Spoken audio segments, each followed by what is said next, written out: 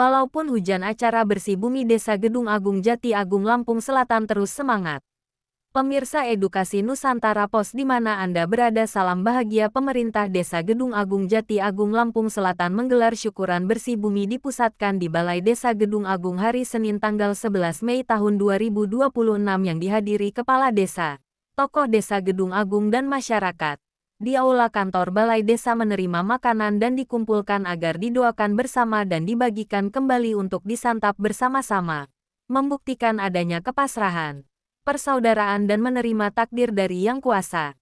Dalam budaya Jawa menunjukkan wujud dari rasa syukur kepada Tuhan Yang Maha Kuasa. Kegiatan ini dimeriahkan oleh penampilan Kudang Kepang Turonggo. Walaupun diguyur hujan lebat, acara terus berlanjut dengan semangat kepasrahan, persaudaraan dan takdir. Dalam sambutannya, Kepala Desa Gedung Agung, Martono, sangat mengapresiasi warga yang berpartisipasi dalam kegiatan ini sambil mengingat legenda Ki Ageng Giring.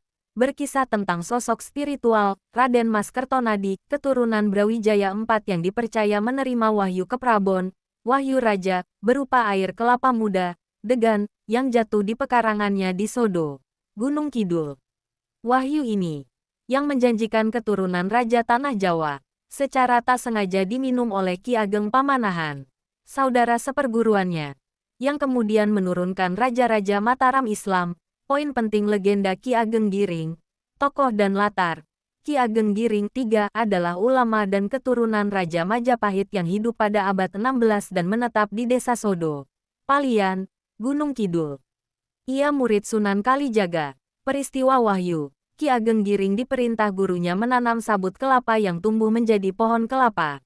Dan buahnya, degan, dipercaya memuat wahyu kekuasaan tanah Jawa. Siapa meminum airnya sekali teguk, keturunannya jadi Raja Jawa. Peminum wahyu.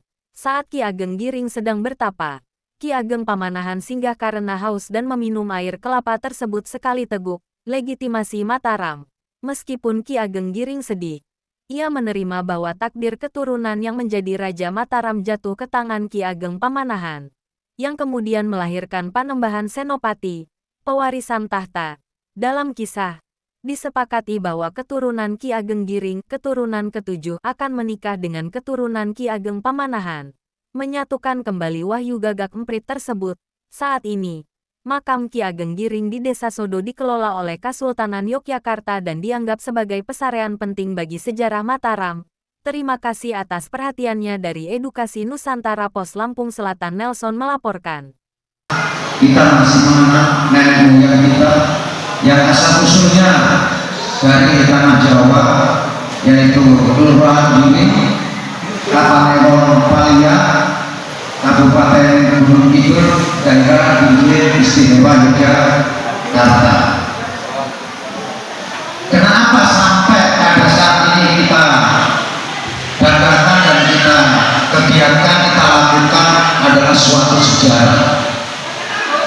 Karena budaya apapun Pak, jangan sampai rumah kita ambil sisi baiknya.